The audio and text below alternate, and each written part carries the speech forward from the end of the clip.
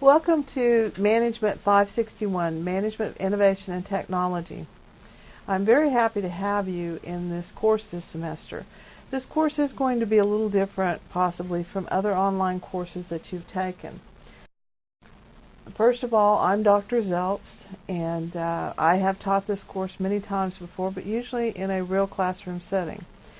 We're going to try to do this virtually, but we're going to try to do it in very close to the same manner that I do it in the classroom.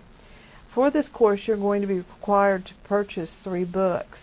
None of them are extremely costly, though. Corporate Creativity, How Innovation and Improvement Actually Happens. This is an older book by Robinson and Stern, but it is still a very valuable tool in the classroom. This particular book is going to be the first one that we use.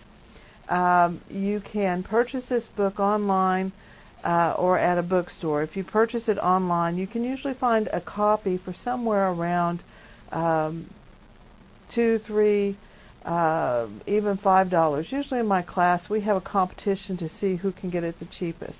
I believe the cheapest anybody's ever gotten it was at 75 cents.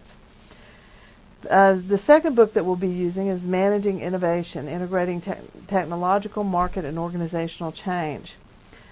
This particular book is going to be the most costly of the 3. It should cost you somewhere around $80. Again, you can buy it online or at one of the bookstores. Innovation Passport, the IBM First-of-a-Kind Journey from Research to Reality. This is the last book that we'll use. And this particular book allows us to look at brand new innovation. So starting from research and development and taking it through to commercialization. I do require another supply, and that is a headset microphone. The reason you're going to need this headset microphone is because throughout this course we're going to interact at various stages, and you're going to need the microphone so that you will have that ability. The course description for this course is a study of current topics in the management of creativity, innovation, technology, and quality assurance. It also states that we'll be having experiential exercises in addition to lectures, student presentations, and class discussions of the topics. Again, in order to do this, you have to purchase that headset microphone so that we will have the ability to interact. That is a requirement of the class.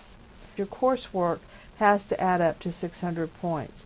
You'll be designing, or you'll be choosing what you want to do from a list. Now, I do have some requirements listed in there. About 400 of those points are going to be requirements. You're going to be able to choose for the other 200 points. Even though this is an online course, this course will be highly interactive. As you can see, there are several choices that you have for various topics. The first drop-down box, you're going to be able to select 2 topics for reports. How RFID is being used in retailing, how it is being used in marketing, how it's being used in the oil industry, healthcare, how 3D printing is being used in healthcare and the automotive industry, how robotics are being used in the military, and how robotics are being integrated into, or rather RFID is being integrated into robotics. Each one of these assignments will be worth 50 points. You need to choose 2 of them.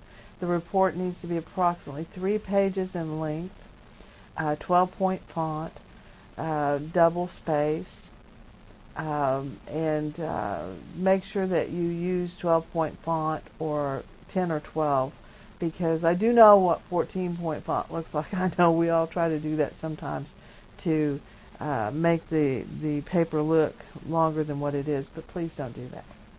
I have some requirements for this course. The first is exam 1. We also have a final. There will be an online presentation of the project, and I will be grading you on participation throughout this course. Each one of these is worth 100 points each.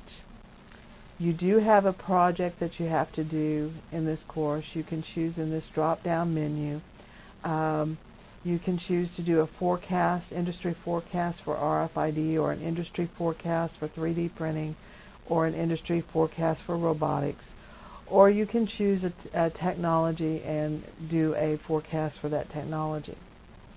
By an industry forecast, what we mean is you choose a particular industry, such as maybe the oil industry or the energy industry, and you look at how RFID is being used in that industry. You look at how it's been used in the past, you look at how it's currently being used, and then you try to forecast forward as to how it will be used in the future.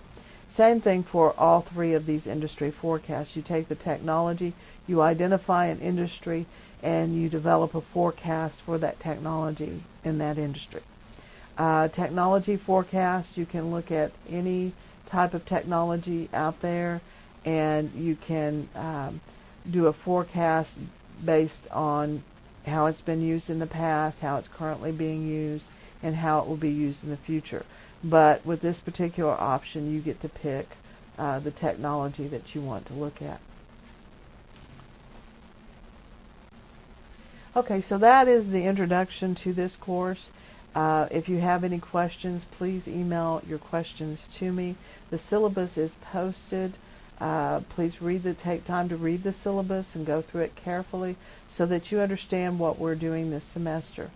I look forward to each and every one of you participating in this class, and although I won't get to meet you face to face, I will get to know you over the internet and hopefully share some of my interests with you. I'm sure that you can see from the course information that I'm very interested in three technologies in particular: RFID, three-dimensional printing, and robotics.